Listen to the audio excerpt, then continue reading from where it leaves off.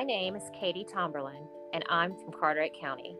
This is Community Rising, Shoreside's environmental stories, broadcasting from the Working Narrative Studio. Coming up next are stories from coastal North Carolina.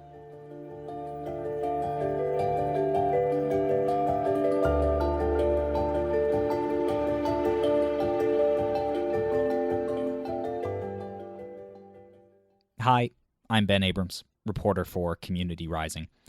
The Carolinas are no strangers to major flooding. Parts of South Carolina saw floodwaters yet again just a few weeks ago, and at this point it's hard not to think, are we all just going to be underwater soon? I mean, climate change is affecting us right now. Sea levels are rising, storms are getting more frequent and intense. When do people living on the coast actually need to pack up and move? When do I need to pack up and move? Well, for all you visual learners, there's actually a way to answer that question. And it comes from a group of scientists who've mapped out where they think this kind of thing will happen. I'll let one of them explain it more thoroughly. I'm Don Bain. I'm an engineer by training, and I'm a senior advisor at Climate Central in Princeton, New Jersey.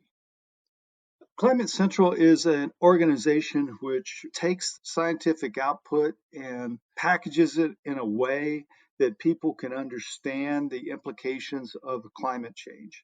That's across all kinds of climate change variables, precipitation, drought, wildfire, etc. One of our largest areas, and one of the areas that has been most noteworthy, is our work with regard to sea level rise. So, to explore those, we have created a number of tools. The first is a map-based tool, which you can find at coastal.climatecentral.org, where you can put in a location of interest to you, such as your city, and you can explore how flooding is expected to change at that location over the course of time. So, with regard to sea level rise, we find that there are, in fact, going to be hundreds of millions of people exposed to flooding associated with sea level rise through this century.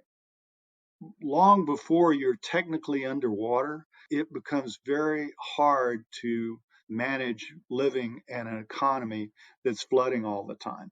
And what I mean by that is our roads and our infrastructure, if they are flooding regularly, we can expect all kinds of implications. And you see this now, by the way. There is flooding occurring on our coastal cities now that are impacting life.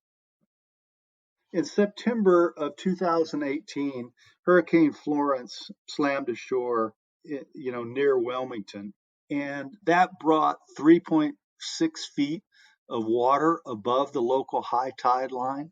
When that happened, our website views exploded because our tools allow people to understand what X feet of water would look like on the map.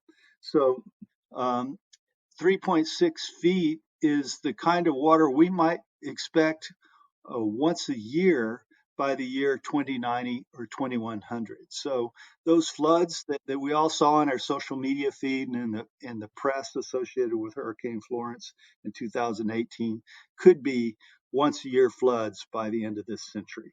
That's the kind of thing that our tools allow people to use and view. I encourage people to open yourself up to what science and what data is out there and ask the questions, how might this affect me and my community?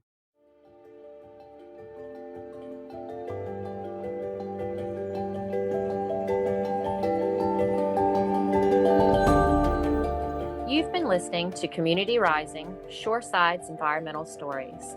This podcast is a special project of Shoreside's and Working Narratives. Do you have a story from our coast that you would like to share? Contact us at info@shoresides.org. Thank you for listening.